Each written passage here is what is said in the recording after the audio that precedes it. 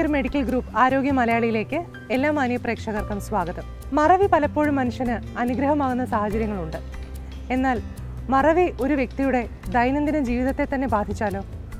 മറവി കാരണം ഉറ്റവരെ പോലും തിരിച്ചറിയാൻ സാധിക്കാത്ത അവസ്ഥ. ഇന്നത്തെ ആരോഗ്യ മലയാളിയിൽ ഞങ്ങൾ ചർച്ച ചെയ്യുന്നു ഡിമെൻഷ്യ അഥവാ മറവി രോഗങ്ങൾ. മറവി രോഗങ്ങളിൽ പ്രധാനപ്പെട്ട ഒന്നാണ് ആൽസീമേഴ്സ് ഡിസീസ്.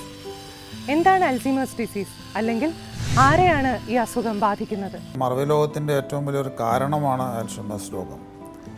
സാധാരണയായി ഇത് ഉദ്ദേശം ഒരു പ്രീസിനൈൽ, അതായത് ഏറെ വയസ്സാവുന്ന ഒരു 70 വയസ്സിന് മുമ്പേ ബാധിക്കുന്നതെന്നാണ് കണക്കാക്കപ്പെട്ടിട്ടുള്ളത്. ഉദ്ദേശം അത് ഒരു 50-60 വയസ്സുകളിലാണ് ഇതിൻ്റെ ലക്ഷണങ്ങൾ കണ്ടു തുടങ്ങുന്നത്. ചിലപ്പോൾ അപൂർവമായി ഇത് കുറച്ചുകൂടെ നേരത്തെ സംഭവിക്കാം. ലക്ഷണങ്ങളെന്ന് പറയുന്നത്, ആൽഷൈമർ രോഗം എന്ന് പറയുന്നത് തലച്ചോറിൻ്റെ കോർട്ടെക്സിനെ ബാധിക്കുന്ന ഒരു രോഗമാണ്. കോർട്ടെക്സിൻ്റെ ആ ഒരു പ്രവർത്തനം കുറഞ്ഞു വരുന്ന ഒരവസ്ഥയാണ് കാണുന്നത്. ആദ്യത്തെ ലക്ഷണം പ്രധാനമായും ഓർമ്മപ്പിശകുകൾ തന്നെയാണ്. ആദ്യം ചെറിയ ഓർമ്മപ്പിശകുകൾ മുതൽ അത് കൂടി വന്നിട്ട് നമുക്ക് കാര്യങ്ങൾ കൈവിട്ടു പോകുന്ന ഒരവസ്ഥയിലേക്ക് വരുന്നതാണ് ആൽഷൈമർ രോഗത്തിൻ്റെ അവസ്ഥ. ഓർമ്മക്കുറവിൻ്റെ കൂടെ തന്നെ അവർക്ക് സ്ഥലകാല ബോധം, അതായത് നമുക്കൊരു വഴി പുറത്തിറങ്ങിക്കഴിഞ്ഞാൽ സ്ഥിരമായി തിരിച്ചു വരാൻ പറ്റാത്ത അവസ്ഥ, കണക്ക് കൂട്ടാൻ വയ്യാത്ത അവസ്ഥ, ജീവിതത്തിലെ ദിനചര്യകളിൽ നമ്മൾക്കത് ചെയ്യാൻ പറ്റാത്ത അവസ്ഥ, അങ്ങനെയൊക്കെയുള്ളൊരവസ്ഥകളാണ് ഇതിൻ്റെ ഒരു ലക്ഷണങ്ങളായി നമ്മൾ ആദ്യം കാണുന്നത്. എപ്പോഴും ഓർമ്മപ്പിശക് കൂടി വരിക, അങ്ങനെയുള്ള കേസുകളിൽ കുറച്ച് കാലം കഴിയുമ്പോഴാണ് മറ്റു കാര്യങ്ങളിലേക്ക് നീങ്ങുന്നത്. പ്രാരംഭഘട്ടത്തിൽ തന്നെ മറവി രോഗങ്ങൾ കണ്ടുപിടിക്കാൻ നൂതനമായ പരിശോധനാ രീതികൾ ഇന്ന് ലഭ്യമാണോ? പ്രാരംഭഘട്ടത്തിൽ മറവി രോഗം കണ്ടുപിടിക്കുക എന്ന് പറയുന്നത്, നമ്മൾക്ക് പൊതുവേ മറവി രോഗത്തിൻ്റെ ഒരു ഡയഗ്നോസ്റ്റിക് ഇവാലുവേഷൻ എന്ന് പറയുന്നത് നമ്മൾ രക്തപരിശോധന മുതൽ തുടങ്ങുന്നു. ഇപ്പോൾ തൈറോയിഡിൻ്റെ ടെസ്റ്റാണ് ഏറ്റവും പ്രധാനപ്പെട്ട ഒരു രക്തപരിശോധന. തൈറോയിഡിൻ്റെ ടെസ്റ്റിൽ ഹൈപ്പോതൈറോയിഡിസം, അതായത് തൈറോയിഡിൻ്റെ പ്രവർത്തനത്തിലെ കുറവ് ആണ് സാധാരണഗതിയിൽ മറവിക്ക് കാരണമാകുന്നത്. അപ്പോൾ ഹൈപ്പോതൈറോയിഡിസം എന്ന് പറയുന്നത് നമുക്ക് സാധാരണ ഒരു രക്തപരിശോധനയിലൂടെ നമുക്ക് അത് മനസ്സിലാക്കാവുന്നതാണ്. T3, T4, TSH എന്ന് പറയുന്ന ആ ഒരു ചെറിയ പരിശോധന സ്ക്രീനിങ് ടെസ്റ്റാണ്. അതിനുശേഷം പിന്നെ തൈറോയിഡിൻ്റെ പ്രവർത്തനം എന്താണെന്നുള്ളത് നമുക്ക് മറ്റ് പ്രധാന ടെസ്റ്റ് ഏത് തരത്തിലാണ്, അതെങ്ങനെ ചികിത്സ ചെയ്യണം എന്നുള്ളത് അതിൻ്റെ അടുത്ത ലെവലിൽ അല്ലെങ്കിൽ അടുത്ത ഘട്ടത്തിലാണ് നമ്മൾ തീരുമാനിക്കുന്നത്. അതിൻ്റെ ചികിത്സ പൂർണ്ണമായും ചികിത്സിച്ച് മാറ്റാവുന്നതുമാണ്. B12 ഡെഫിഷ്യൻസി, ഈ വൈറ്റമിൻ B12 എന്ന് പറയുന്നത് ഞരമ്പുകളുടെ പ്രവർത്തനത്തിനും ഞരമ്പുകളുടെ ആവരണം സൃഷ്ടിക്കുന്നതിലും ഏറ്റവും പ്രധാനപ്പെട്ട ഒരു വിറ്റാമിനാണ് വൈറ്റമിൻ B12. വൈറ്റമിൻ B12 എന്ന് പറയുന്നത് നമുക്ക് വളരെ കുറഞ്ഞ അളവിൽ മാത്രമേ നമുക്ക് ആവശ്യമുള്ളൂ. അപ്പോൾ വൈറ്റമിൻ B12ൻ്റെ കുറവ് 2 രീതിയിലുണ്ടാകാം. ഒന്ന്, നമുക്ക് ശരീരത്തിലെ ആമാശയത്തിൻ്റെ ഉള്ളിലുള്ള ഒരു കോശങ്ങൾ സെക്രീറ്റ് ചെയ്യുന്ന ഒരു ഇൻട്രിൻസിക് ഫാക്ടർ എന്ന് പറയുന്ന ഒരു സാധനമുണ്ട്. ആ സാധനം കൂടി കൂടിയാലേ വൈറ്റമിൻ B12 ശരീരത്തിലേക്ക് കയറുകയുള്ളൂ, നമ്മുടെ വയറിൽ നിന്ന് നമ്മൾ ആഗിരണം ചെയ്യപ്പെടുകയുള്ളൂ. അപ്പോൾ ഈ ഒരു സാധനത്തിൻ്റെ കുറവ്, അതിന് പറയുന്നത് പെർനീഷ്യസ് അനീമിയ എന്ന് പറയും. മൂന്നാമത്തെ ഒരു ടെസ്റ്റ് എന്ന് പറയുന്നത് കാൽഷ്യത്തിൻ്റെ അളവും നമുക്ക് അതിന് ശേഷമുള്ള നമ്മുടെ വൈറ്റമിൻ ഡി. വൈറ്റമിൻ ഡി ശരീരത്തിൽ നിന്ന് നമ്മൾ കഴിക്കുന്ന ഭക്ഷണത്തിൽ നിന്ന് കാൽഷ്യം ആഗിരണം ചെയ്യാൻ വൈറ്റമിൻ ഡി വളരെ അത്യാവശ്യമാണ്. പേശി വേദനകൾ, നടക്കുവാനുള്ള ബുദ്ധിമുട്ട്, ഓർമ്മപ്പിശക്, പ്രത്യേകിച്ച് മസിൽ പെയിൻസ്, ഇതെല്ലാമാണ് നമുക്ക് സാധാരണ ഒരു വൈറ്റമിൻ ഡിയുടെ കുറവെന്ന് കാണുന്നത്. ഓർമ്മക്കുറവും അതിൻ്റെ ഒരു പ്രധാന ലക്ഷണമാകാം. വൈറ്റമിൻ ഡി നമ്മളുടെ രക്തത്തിൽ അളക്കാനുള്ള സംവിധാനം ഇന്ന് വ്യാപകമായി കേരളത്തിൽ നിലവിലുണ്ട്. അടുത്ത ടെസ്റ്റ് സോഡിയത്തിൻ്റെ ലെവലാണ്. പ്രത്യേകിച്ച് നമ്മൾ ഹൃദയ സംബന്ധമായ അസുഖമുള്ളവർ, അല്ലെങ്കിൽ ഹൃദയ പ്രഷറിന് മരുന്ന് കഴിക്കുന്ന, ചില പ്രഷറിന് കൊടുക്കുന്ന ചില മരുന്നുകളുമുണ്ട് ശരീരത്തിന് സോഡിയത്തിൻ്റെ അളവ് കുറയാം. അപ്പോൾ നമ്മൾ ക്രോണിക്കായിട്ട് സോഡിയം കുറയുമ്പോൾ നമുക്ക് ഓർമ്മപ്പിശക് ഉണ്ടാവാൻ സാധ്യതയുണ്ട്. ഇത്രയും ടെസ്റ്റുകൾ കഴിഞ്ഞ ശേഷമാണ് നമ്മൾ അടുത്ത ഘട്ടത്തിലേക്ക്, ഉദാഹരണത്തിന് ഒരു സ്കാൻ ചെയ്യുക അല്ലെങ്കിൽ മറ്റ് സ്പെഷ്യലായിട്ടുള്ള ടെസ്റ്റുകൾ ചെയ്യുക, ഇതിനെല്ലാം പോകുന്നത്. സ്കാൻ ചെയ്യുന്നതിൻ്റെ പ്രധാനമായിട്ടുള്ള ഉദ്ദേശം ആൽഷൈമർ രോഗം മനസ്സിലാക്കുന്നതിനേക്കാൾ ഉപരി നമുക്ക് ചികിത്സിക്കാൻ പറ്റുന്ന എന്തെങ്കിലും കാര്യങ്ങൾ അതിനകത്തുണ്ടോ എന്നുള്ളതാണ്. ഓർമ്മ പിശക് എന്ന് പറഞ്ഞു വരുന്ന ഒരു രോഗിയെ സംബന്ധിച്ച് നമ്മൾ ആദ്യം ചെയ്യുന്നത് MMSE എന്ന് പറയും, മിനി മെൻ്റൽ സ്റ്റാറ്റസ് എക്സാമിനേഷൻ. അപ്പോൾ അതിനൊരു ക്വസ്റ്റനെയറാണ്, അതിനോരോ സ്കോറും ഉണ്ട്. അപ്പോൾ ഈ സ്കോർ വെച്ചിട്ടാണ് നമ്മൾ ഇദ്ദേഹത്തിന് ഒറിജിനൽ മറവി രോഗമുണ്ടോ അതോ അദ്ദേഹം ഒരു സബ്കോർട്ടിക്കൽ മെമ്മറി ലോസ്, അതായത് നമുക്ക് മറ്റ് പ്രശ്നങ്ങൾ കൊണ്ടുള്ള മറവി രോഗമാണോ എന്ന് മനസ്സിലാക്കുന്നത്. പ്രധാനമായും ഇവരാദ്യം തന്നെ ഈ കണക്കുകൂട്ടലുകൾ പിഴയ്ക്കുക എന്ന് പറയുന്ന രോഗത്തിൻ്റെ ഒരു ആദ്യ ലക്ഷണമാണ്. പിന്നെ നമ്മൾ ആ ഷോർട്ട് ടേം മെമ്മറി, ഈ ആൽഷൈമറിൻ്റെ ഒരു ലക്ഷണം എന്ന് ചോദിച്ചു കഴിഞ്ഞാൽ നമ്മൾ പുതിയ കാര്യങ്ങൾ പഠിക്കാനുള്ള ശേഷി നഷ്ടപ്പെടുക എന്നുള്ളതാണ്. നമ്മളിപ്പോൾ ഒരു കാര്യം ഓർക്കാൻ പറഞ്ഞു കഴിഞ്ഞാൽ 90% അവരെ കൊണ്ടത് സാധിക്കില്ല. ഈവനൊരു ക്ലൂ കൊടുത്താൽ പോലും അവരെ കൊണ്ടത് പറ്റിക്കൊള്ളണമെന്നില്ല. അപ്പോൾ ആൽഷൈമർ രോഗം എന്ന് പറയുന്ന ഒരാൾക്ക് നമുക്ക് ഏർലി ഡയഗ്നോസിസ് എന്ന് പറയുന്ന ഈ 2 കാര്യങ്ങളാണ്. പ്രത്യേകിച്ചും ഈ പുതിയ കാര്യങ്ങൾ മനസ്സിലാക്കാനുള്ള ബുദ്ധിമുട്ട്. നമ്മളൊരു ടെസ്റ്റ് ചെയ്യുമ്പോഴപ്പോൾ അവരോട് പറയും നിങ്ങളൊരു 3 കാര്യങ്ങൾ കൊടുത്തിട്ട് നിങ്ങൾ മെമ്മറൈസ് ചെയ്യുക. അപ്പോൾ ആദ്യം നമ്മളൊരു ഇമ്മീഡിയറ്റ് ആയിട്ട് ചോദിക്കും, പിന്നെ ഒരു 5 മിനിറ്റ് കഴിഞ്ഞ് ചോദിക്കും, പിന്നെ നമ്മളൊരു 30 മിനിറ്റ് കഴിഞ്ഞ് ചോദിക്കും. മിക്കവാറും ആൽഷൈമർ രോഗിയെ സംബന്ധിച്ചിടത്തോളം ഈ ടെസ്റ്റ് അവർ തോൽക്കും. ഈ ടെസ്റ്റ് അവർക്ക് ചെയ്യാൻ പറ്റില്ല. രണ്ടാമത്തെ കാര്യം കണക്കുകൂട്ടലാണ്. ആ കണക്കുകൂട്ടൽ നമ്മൾ പല സ്റ്റേജസ് ഉണ്ട്. ആദ്യത്തെ ഒരു സ്റ്റേജ് കഴിഞ്ഞ് മിക്കവാറും ആൽഷൈമർ രോഗികൾ ആദ്യം തന്നെ പോകാറില്ല. മൂന്നാമത്തെ കാര്യം നമ്മൾ ഈ വഴി തെറ്റുന്ന കാര്യമാണ്. നമുക്ക് പലപ്പോഴും ഇവർ പുറത്തേക്ക് ഇറങ്ങി പോയി കഴിഞ്ഞ് കഴിഞ്ഞാൽ തിരിച്ചെത്തുക എന്ന് പറയുന്ന തുടക്ക സ്റ്റേജിൽ തന്നെ പലപ്പോഴും ബുദ്ധിമുട്ടായിരിക്കും. അവർക്ക് ആ വഴി മനസ്സിലാക്കാനുള്ള പ്രശ്നം ഉണ്ടാവും. അപ്പോൾ ഇങ്ങനെയുള്ള കാര്യങ്ങളായിക്കഴിഞ്ഞാൽ നമുക്ക് ഏതാണ്ട് ആൽഷൈമർ രോഗം പ്രിഡിക്റ്റ് ചെയ്യുവാൻ സാധിക്കും ഇതിലേക്കാണ് പോകുന്നത് എന്ന് തന്നെ വന്നാലും നമ്മൾ ഈ പറയുന്ന രക്തപരിശോധനകളും തലയുടെ ഒരു സ്കാനും ഏതാണ്ട് നിർബന്ധമായും തന്നെ ഇത്തരം രോഗികൾക്ക് ഈ ടെസ്റ്റ് ഫെയിൽ ആവുകയാണെങ്കിൽ നമ്മൾ ചെയ്യാറുണ്ട്. ഏതൊക്കെ തരത്തിലുള്ള മറവി രോഗങ്ങൾ നമുക്ക് പൂർണ്ണമായും ചികിത്സിച്ച് മാറ്റാൻ സാധിക്കും? എന്തൊക്കെയാണ് മറവി രോഗത്തിനുള്ള പ്രധാനപ്പെട്ട ചികിത്സാ രീതികൾ? ഞാൻ മുൻപ് സൂചിപ്പിച്ചതുപോലെ ഈ ട്രീറ്റബിൾ ഡിമെൻഷ്യ ചികിത്സയ്ക്ക് മാറ്റാവുന്ന അസുഖങ്ങൾ നമുക്ക് ഞാൻ തൈറോയ്ഡ് ഗ്രന്ഥിയുടെ അസുഖം, സോഡിയത്തിൻ്റെ അഥവാ ലവണങ്ങളുടെ കുറവ്, വിറ്റാമിൻ ഡി, വൈറ്റമിൻ B12 എന്നിവയുടെ കുറവ്, അല്ലെങ്കിൽ തലച്ചോറിലുണ്ടാകുന്ന ചില ട്യൂമറുകൾ, അല്ലെങ്കിൽ സബ്ഡ്യൂറൽ ഹെമറ്റോമ, അതായത് തലച്ചോറിൻ്റെയും തലയോട്ടിയുടെയും ഇടയ്ക്ക് ഡ്യൂറ എന്ന് പറയുന്ന ആവരണത്തിൻ്റെ അടിയിൽ രക്തം കെട്ടി നിൽക്കുന്ന ഒരവസ്ഥ, ഇങ്ങനെയുള്ള കാര്യങ്ങളൊക്കെ നമുക്ക് ചികിത്സിച്ച് മാറ്റാവുന്നതാണ്. പിന്നെ മറ്റ് വാസ്കുലർ ഡിമെൻഷ്യ, അതായത് നമ്മൾ തലച്ചോറിൻ്റെക്കുള്ള രക്തപ്രവാഹം കുറഞ്ഞുകൊണ്ടുണ്ടാകുന്ന ഓർമ്മപ്പശവും നമുക്കൊരു പരിധിവരെ ചികിത്സ കൊണ്ട് നിയന്ത്രിക്കാവുന്നതാണ്. മറ്റ് കാര്യങ്ങൾ നമുക്ക് മറ്റസുഖങ്ങൾ, പ്രൈമറി ഡിമെൻഷ്യ, അതായത് ബ്രെയിനിന് കോട്ടം സംഭവിക്കുന്ന തരത്തിൽ ഇപ്പോൾ ആൽഷൈമർ ഡിസീസ് അതുപോലെയുള്ള അത്തരം കുടുംബത്തിൽപ്പെട്ട അത് നമുക്കൊരു പരിധിവരെ നിയന്ത്രിക്കാനേ സാധിക്കുകയുള്ളൂ. പൂർണ്ണമായും ചികിത്സിച്ച് മാറ്റാൻ സാധിക്കുകയില്ല. മറവി രോഗം ബാധിക്കുന്ന ഒരു വ്യക്തിക്ക് എന്തൊക്കെ തരത്തിലുള്ള പ്രത്യേക പരിഗണനകളാണ് നമ്മൾ നൽകേണ്ടത്?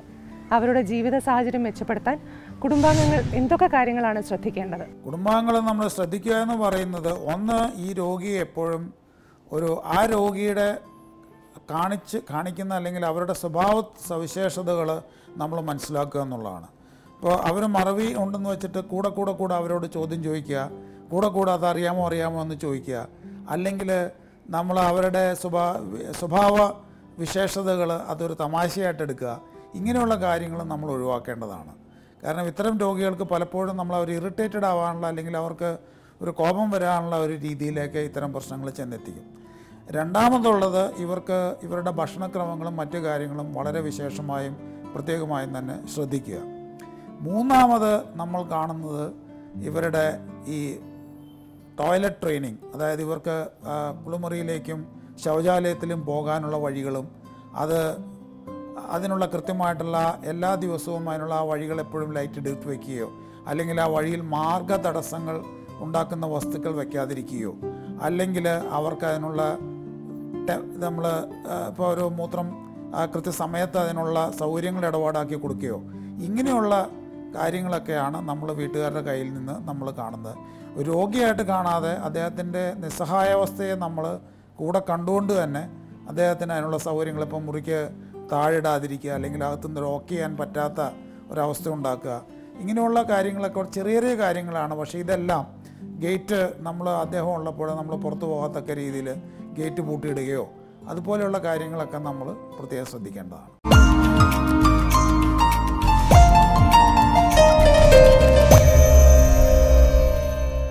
മദ്യപാനം, പുകവലി തുടങ്ങിയ ശീലങ്ങൾ മറവി രോഗത്തിന് കാരണമാകുമോ?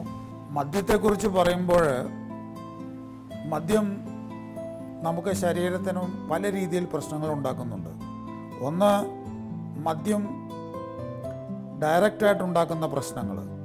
രണ്ട്, നമ്മൾ ഇൻഡയറക്റ്റായിട്ട്, അതായത് മറ്റ് കോശങ്ങളെ ബാധിച്ച് ഉണ്ടാക്കുന്ന പ്രശ്നങ്ങൾ. ഈ രണ്ട് രീതിയിലാണ് നമുക്ക് മദ്യത്തിൻ്റെ ശരീരത്തിലുള്ള പ്രവർത്തനം കണക്കാക്കുന്നത്. നമ്മൾ മദ്യം നേരിട്ട് പ്രവർത്തിക്കുന്ന കാര്യങ്ങൾ പറയുകയാണെങ്കിൽ, തലച്ചോറിന് നമ്മൾ പറയുന്ന മദ്യം എപ്പോഴും തലച്ചോറിനെ നിർജ്ജീവമാക്കുന്നു അല്ലെങ്കിൽ ക്ഷയിപ്പിക്കുന്നു. വളരെ ക്രമാതീതമായ മദ്യപാനം തലച്ചോറിന് അപകടകരമാണ്, അത് ടോക്സിക്കുമാണ്. മദ്യപാനം ശരിക്കും നമ്മുടെ മേധാശക്തിയെ ക്ഷയിപ്പിക്കുന്നു. ഒന്ന്, അത് കോശങ്ങൾക്ക് ഡയറക്റ്റായിട്ടൊരു ടോക്സിക്, അതായത് അതിന് വിഷം എന്ന് തന്നെ വേണമെങ്കിൽ പറയാം, കോശങ്ങളെ നശിപ്പിക്കുന്നുണ്ട്. രണ്ടാമത്തത്, അത് ഈ തൈമീൻ എന്ന് പറയുന്ന ഒരു വൈറ്റമിൻ നമ്മളുടെ ശരീരത്തിൽ സ്ഥിരമായി മദ്യപാനം, നമുക്ക് ഭക്ഷണം കഴിക്കാതെ മദ്യപാനം ചെയ്യുന്ന ഒരാളെ സംബന്ധിച്ചിടത്തോളം തൈമീൻ എന്ന് പറയുന്ന ഒരു വൈറ്റമിൻ, ഒരു B1 ബി കോംപ്ലക്സിലെ 1-ാം നമ്പർ വൈറ്റമിൻ നമ്മളുടെ ഞരമ്പുകൾക്ക് വളരെ പ്രധാനപ്പെട്ട ഒരു സാധനമാണ്. അപ്പോൾ ഈ തൈമീൻ്റെ കുറവ് നമുക്കെപ്പോഴും ഓർമ്മയ്ക്ക് വളരെ പ്രധാനപ്പെട്ട ഒരു ഭാഗമാണ്, അല്ലെങ്കിൽ തലച്ചോറിൻ്റെ ഇൻറ്റഗ്രിറ്റിക്ക് ഏറ്റവും പ്രധാനപ്പെട്ട ഒരു ഭാഗമാണ്, അല്ലെങ്കിൽ ഒരു വൈറ്റമിനാണ് തൈമീൻ. ഇതിൻ്റെ കുറവ് നമ്മൾ തലച്ചോറിലെ മേധാശക്തിയെ ക്ഷയിപ്പിക്കുകയും ഓർമ്മക്കുറവ്, അല്ലെങ്കിൽ നടക്കാനുള്ള ബുദ്ധിമുട്ട്, മൂത്രം അറിയാതെ പോവുക, ഇതുപോലെയുള്ള ലക്ഷണങ്ങളെല്ലാം അത് തന്നെ ഉണ്ടാക്കുകയും ചെയ്യും. അപ്പോൾ രണ്ടാമത്തെ കാര്യം ഇതാണ്. മൂന്നാമത്തെ കാര്യം, മദ്യം കരളിനെ ബാധിക്കുന്നു. കരളിനെ ബാധിക്കുമ്പോൾ അതിൽ നിന്നുണ്ടാകുന്ന ടോക്സിക് സബ്സ്റ്റൻസ്, അമോണിയ മുതലായ സാധനങ്ങൾ തലച്ചോറിൽ കയറി തലച്ചോറിൻ്റെ ഓർമ്മശക്തി നശിപ്പിക്കാറുണ്ട്. അപ്പോൾ ഇങ്ങനെ പല രീതിയിൽ നോക്കിയാലും തലച്ചോറിൽ മദ്യം പ്രശ്നങ്ങൾ ഉണ്ടാക്കുന്നുണ്ട്. പിന്നെ മദ്യം സെറിബ്രൽ ഹെമറേജ്, അതായത് തലച്ചോറിലുണ്ടാക്കുന്ന രക്തസ്രാവത്തിന് ഒരു കാരണമാണെന്നും നമ്മൾ പഠനങ്ങളിൽ തെളിയിക്കപ്പെട്ടിട്ടുണ്ട്. പുകവലിയുടെ കാര്യം എടുത്താൽ, പുകവലി തലച്ചോറിനെ എങ്ങനെ ബാധിക്കുന്നത് വെച്ച് കഴിഞ്ഞാൽ, തലച്ചോറിൻ്റെ സ്ട്രോക്ക് അഥവാ പക്ഷാഘാതത്തിന് ഒരു ഇൻഡിപെൻഡൻറ്റ് റിസ്ക് ഫാക്ടർ, പുകവലി മാത്രമുള്ള ഒരാൾക്ക് സ്ട്രോക്ക് വരാം എന്നാണ് പഠനങ്ങൾ തെളിയിക്കപ്പെട്ടിട്ടുള്ളത്. ഹാർട്ട് അറ്റാക്കും സ്ട്രോക്കും ഏറ്റവും കൂടുതൽ വരുന്നത് ഇപ്പോൾ പ്രഷർ, ഷുഗർ, കൊളസ്ട്രോള്, അല്ലെങ്കിൽ അതുപോലെയുള്ള ആ റിസ്ക് ഫാക്ടേഴ്സിനെ പോലെ തന്നെ ഏറ്റവും പ്രധാനപ്പെട്ട ഒരു കാര്യമാണ് നമ്മളുടെ ഈ പുകവലി എന്ന് പറയുന്നത്. ഇത് രക്തക്കോഴികളെ ചുരുക്കുന്നു, അതുമൂലം രക്തപ്രവാഹം തടസ്സപ്പെടുന്നു. ഒരു സ്ട്രോക്ക്, പ്രത്യേകിച്ചും ഒരു മേജർ സ്ട്രോക്ക് അല്ലാതെ തലച്ചോറിൻ്റെ പല ഭാഗങ്ങളിലായി ചെറിയ ചെറിയ സ്ട്രോക്കുകൾ ഉണ്ടാകുന്നു. അതും തലച്ചോറിൻ്റെ വോളിയം കുറയ്ക്കുകയും തലച്ചോറിൻ്റെ പ്രകടനത്തെ ബാധിക്കുകയും ചെയ്യുന്നു. അപ്പോൾ മദ്യവും പുകവലിയും നേരിട്ടുള്ളതിനേക്കാളും കൂടുതൽ വൈറ്റമിൻസിലൂടെയോ നമ്മൾ മറ്റ് രക്തപ്രവാഹത്തിലൂടെയോ എല്ലാമാണ് തലച്ചോറിനെയോ അല്ലെങ്കിൽ മേധാശക്തിയോ ബാധിക്കുന്നത്. വാർദ്ധക്യത്തിലല്ലാതെ മറവി രോഗങ്ങൾ നമ്മെ ബാധിക്കാൻ സാധ്യതയുണ്ടോ? അങ്ങനെയാണെങ്കിൽ അതിനുള്ള പ്രധാനപ്പെട്ട കാരണങ്ങൾ എന്തൊക്കെയാണ്? വാർദ്ധക്യത്തിലല്ലാത്ത മറവി രോഗം എന്ന് പറയുമ്പോൾ നമുക്ക് ബാധിക്കുന്നത് പ്രധാനമായും ഒന്ന് നമ്മളുടെ ചില മെറ്റബോളിക് അല്ലെങ്കിൽ എൻഡോക്രൈൻ അസുഖങ്ങളുടെ ഭാഗമായിട്ടാണ് വരുന്നത്. അതിൽ ഏറ്റവും പ്രധാനപ്പെട്ട ഒരു കാര്യമാണ് തൈറോയ്ഡ് ഗ്രന്ഥിയുടെ പ്രവർത്തന കുറവ്. തൈറോയ്ഡ് ഗ്രന്ഥിയുടെ പ്രവർത്തനം കുറയുമ്പോൾ നമുക്കത് മറവി രോഗം ഉണ്ടാകുന്നു. ഹൈപ്പോതൈറോയിഡിസം അത് മറവിയുടെ ഒരു പ്രധാന കാരണമാണ്. കാൽഷ്യത്തിൻ്റെ അഥവാ വൈറ്റമിൻ ഡിയുടെ കുറവ് മറവി ഉണ്ടാക്കുന്നതാണ്. രോഗമുണ്ടാക്കിയില്ലെങ്കിലും വളരെ മറവിയുടെ പ്രശ്നങ്ങൾ ഉണ്ടാക്കാവുന്ന ഒരു കാര്യമാണ് വൈറ്റമിൻ ഡിയുടെ കുറവ്. പിന്നെ വിറ്റാമിൻ B12 ഇതിൻ്റെ കുറവും മറവി രോഗം ഉണ്ടാക്കാവുന്നതാണ്. മറവിയും അത് ഞരമ്പിനെ വളരെയധികം ബാധിക്കാവുന്ന ഒരു കാര്യമാണ്.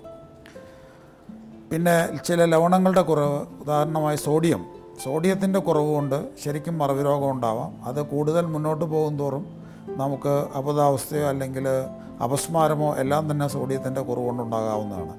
അപ്പോൾ പ്രധാനമായും നമ്മൾ പറയും ട്രീറ്റബിൾ കോസസ്, അതായത് ഡിമെൻഷ്യയുടെ അല്ലെങ്കിൽ മറവി രോഗത്തിൻ്റെ ചികിത്സിക്കാവുന്ന കാരണങ്ങളിൽപ്പെട്ടതാണ് തൈറോയ്ഡ് ഗ്രന്ഥിയുടെ പ്രവർത്തന വൈകല്യങ്ങൾ, നമ്മുടെ വിറ്റാമിൻ B12 കുറവ്, വൈറ്റമിൻ ഡിയുടെ കുറവ് മുതലായ കാര്യങ്ങൾ. പിന്നെ ചില അസുഖങ്ങൾ, തലച്ചോറിലേക്കുള്ള രക്തപ്രവാഹത്തിൻ്റെ കുറവ്, ചില ഈ സ്ട്രോക്ക്, പക്ഷാഘാതം മുതലായ കാര്യങ്ങളിൽ തലച്ചോറിൻ്റെ രക്തപ്രവാഹം കുറഞ്ഞു കഴിഞ്ഞാലും നമുക്ക് ഓർമ്മപ്പിശക് സംഭവിക്കാവുന്നതാണ്. അതുകൂടാതെ തന്നെ അമിതമായ ഉത്കണ്ഠ അഥവാ ഡിപ്രഷൻ മുതലായ മാനസിക രോഗങ്ങളുടെ ഭാഗമായിട്ടും ഓർമ്മക്കുറവ് വരുന്നതാണ്.